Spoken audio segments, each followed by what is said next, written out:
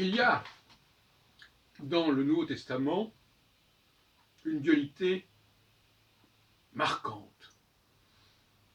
Deux thèses s'opposent et se côtoient, et s'y côtoient. La thèse de la filiation et la thèse du miracle. Le miracle étant le fait de passer outre à la filiation. On le voit à deux reprises notamment. D'une part, dès le chapitre 1er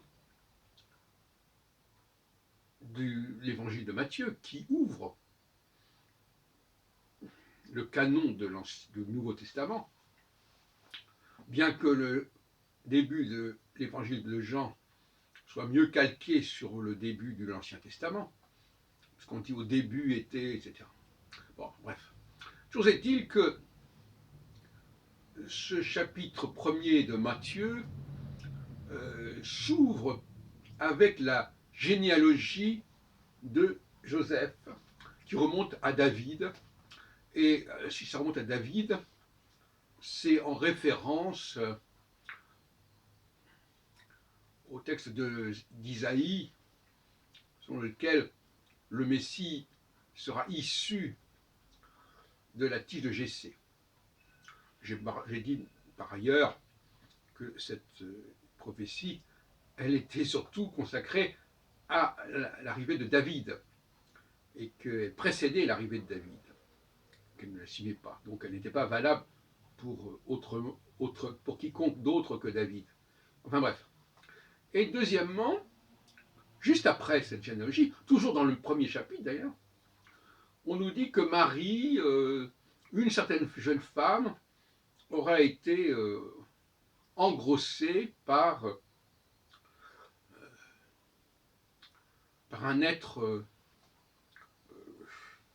surhumain, divin, peu importe, angélique. Donc, on voit bien là deux thèses. La thèse de la filiation séculaire, peut-être même millénaire, qui va fonder la légitimité de Jésus, et d'autre part, la thèse d'un acte ponctuel qui dépasse complètement, qui transcende complètement cette question de la filiation séculaire et la dynastie royale. Et on trouve à nouveau cette contradiction, cette tension, quand on compare l'épître aux Hébreux et l'épître aux Éphésiens. L'épître aux Hébreux va dans le sens de la filiation millénaire, séculaire.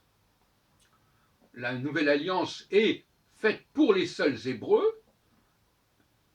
Cette alliance va être inscrite en profondeur dans leur cœur. C'est-à-dire qu'en fin de compte, ils n'auront même pas à apprendre cet enseignement. Il leur est dicté, il leur est gravé en eux-mêmes. Qu'ils le veuillent ou non. Et puis il y a l'épître aux Éphésiens qui nous dit que grâce à la mort du Christ, au sang du Christ, qu'on invoque notamment lors de l'Eucharistie d'ailleurs, le vin est mon corps, mon sang, mon corps c'est le pain. Et à ce moment-là, on nous dit, la frontière, il va y avoir un miracle, la frontière entre les juifs et les non-juifs, les païens et les non-juifs, elle est balayée, elle est abolie. À nouveau un miracle.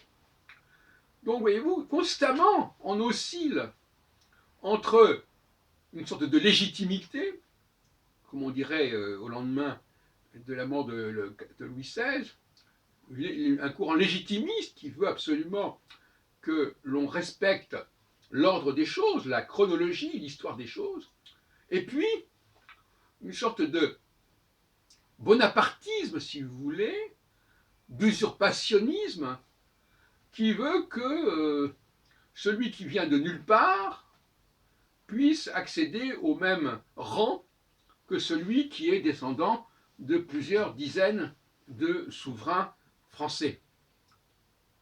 On trouve cette même tension entre le bonapartisme et le légitimisme tout au long d'ailleurs du XIXe siècle. que j'ai consacré une partie de ma thèse d'État sur cette question. Donc il faudrait quand même, donc c'est assez étrange, cette dualité fondamentale, qui n'a pas été résorbée, qui n'a pas été effacée, qui continue à se... Il y a une sorte de promiscuité des discours, et souvent ça se mélange. Il y a des chrétiens qui disent oui, effectivement, on peut devenir juif, mais attention, Jésus est le descendant de la royauté hébraïque. Complètement contradictoire. Mais bon, c'est comme ça. Voilà. Donc voilà un premier point que je voulais signaler. Et alors à ce sujet, je crois qu'il faudrait quand même continuer en disant que une fois qu'on a expliqué les choses, comme on dit, errare humanum est, perseverare diabolicus, c'est-à-dire ceux qui ont entendu cette parole, cette clarification, ne devraient pas continuer dans le sens qu'ils ont jusqu'à présent suivi.